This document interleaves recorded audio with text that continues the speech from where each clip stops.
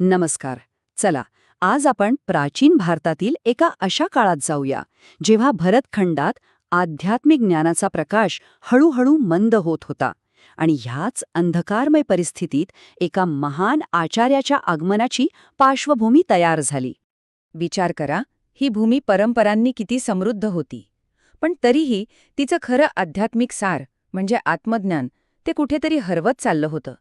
देशात ज्ञानाची काही कमतरता नव्हती, पण त्या ज्ञानाचा जो मूळ गाभा होता तोच विसरला जात होता. तर नेमकं काय झालं होतं? कसं लोकांचं लक्ष खोल आंतरिक सत्यावरून हटून केवळ बाह्य कर्मकांड आणि पोकळ बौद्धिक वादविवादांवर केंद्रित झालं होतं? चला पाहूया. आणि याचा परिणाम काय झाला तर संपूर्ण देशात एक मोठी आध्यात्मिक पोकळी निर्माण झाली. लोक धर्माच्या मूळ उद्देशापासून खूप दूर गेले आणि केवळ वरवरच्या गोष्टींमध्येच अडकून पडले होते. चला, आता त्या काळातल्या सामाजिक आणि तात्विक गोंधळावर एक नजर टाकूया, ज्यामुळे संपूर्ण समाज पूर्णपणे विचलित झाला होता. म्हणजे बघा, देश फक्त राज्यांमध्येच विभागला गेला नव्हता, तर वेगवेगळ्या विचारसरणींमध्येही विभागला गेला होता. वेदांच्या मूळ शिकवणीचा चुकीचा अर्थ लावला जात होता आणि प्रत्येकजण स्वतःलाच श्रेष्ठ सिद्ध करण्याच्या मागे लागला होता. सगळीकडे गोंधळाचं वातावरण होतं. आणि हाच त्या काळातला सगळ्यात मोठा संघर्ष होता. एका बाजूला होतं वेदांचं गहन अद्वैत सत्य की ब्रह्म हेच अंतिम सत्य आहे, आणि दुसऱ्या बाजूला काय पसरलं होतं तर मोठे यज्ञ करा आणि तात्पुरता स्वर्ग मिळवा, ही सोपी पण फसवी समजूत. आणि अशाच वेळी गीतेतला तो प्रसिद्ध श्लोक आठवतो नाही का, यदा यदा हि धर्मस्य ग्लानिर्भवती भारत. याचा अर्थच हा आहे की जेव्हा जेव्हा धर्माची हानी होते तेव्हा धर्म संस्थापनेसाठी एक दैवी शक्ती अवतार घेते. आणि खरंच हीच ती वेळ होती जेव्हा एका महान अवताराची नितांत गरज होती. आता या सगळ्या गोंधळापासून थोडं दूर जाऊया. केरळमधल्या एका शांत गावात जिथे आशेचा एक छोटासा किरण होता. पाहूया एका धर्मनिष्ठ जोडप्याची कथा.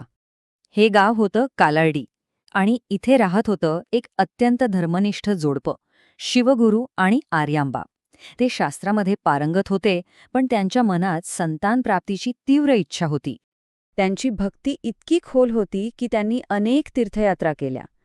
त्यांची एकच प्रार्थना होती, एक असा पुत्र जो या जगाला पुन्हा एकदा आध्यात्मिक प्रकाश दाखवेल. आणि मग तो क्षण आला, एक निर्णायक क्षण, जिथे एका दैवी हस्तक्षेपाने इतिहासाची दिशाच बदलून टाकली. पारंपरिक कथेनुसार एके रात्री शिवगुरूंना एक विलक्षण स्वप्न पडलं आणि स्वप्नात दुसरं तिसरं कोणी नाही तर स्वतः भगवान शिव प्रकट झाले.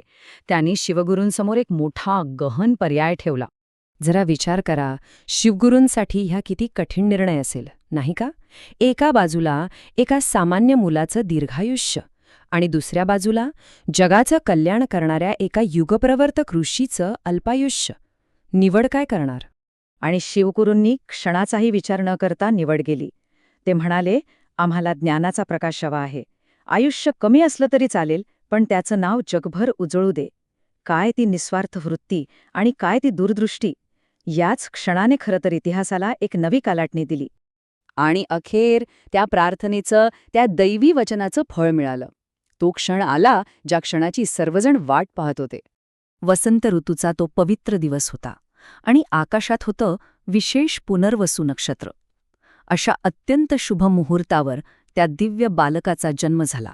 त्याचं नाव ठेवलं गेलं शंकर. नावाचा अर्थच किती सुंदर आहे. शंकरोति इति शंकरः, म्हणजे जो सर्वांचं कल्याण करतो तो शंकर. आणि खरंच त्याचा जन्मच जगाच्या कल्याणासाठी झाला होता.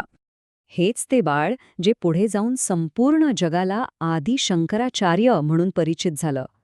ते आचार्य ज्यांनी भारताच्या तात्विक परंपरेला एक नवी तेजस्वी दिशा दिली. त्यांच्या कार्याबद्दल आणि शिकवणीबद्दल आपण पुढच्या भागांमध्ये नक्कीच जाणून घेऊया. हे विश्लेषण पाहिल्याबद्दल खूप खूप धन्यवाद. ज्ञानकोश हे एक बहुभाषिक चॅनल आहे, जिथे आम्ही इंग्रजी, हिंदी, मराठी, तमिळ, बंगाली आणि गुजरातीमध्ये आध्यात्मिक ज्ञान पोहोचवतो. आणि लवकरच इतर प्रमुख भाषाही जोडल्या जातील. आमचं ध्येय एकच आहे, सनातन धर्माचं कालातीत ज्ञान आपल्यापर्यंत सोप्या, स्पष्ट आणि अर्थपूर्ण पद्धतीने पोहोचवणं. आमच्या चॅनलवर आपल्याला श्रीमद भागवतम, भगवद्गीता, महाभारत आणि भारतभरातील संतांच्या कथांवर आधारित व्हिडिओ रोज मिळतील. जर आपल्याला आमचे प्रयत्न मोलाचे वाटत असतील तर कृपया ज्ञानकोशला सबस्क्राईब करा. म्हणजे आपल्याला आमच्या रोजच्या व्हिडिओबद्दल सूचना मिळत राहतील. आणि हो, हे दिव्य ज्ञान लाईक आणि शेअर करून आपल्या कुटुंबियांसोबत, मित्रांसोबत नक्कीच पसरवा. चला, आपण सर्व मिळून सनातन धर्माचा हा ज्ञानाचा दिवा असाच तेवत ठेवूया.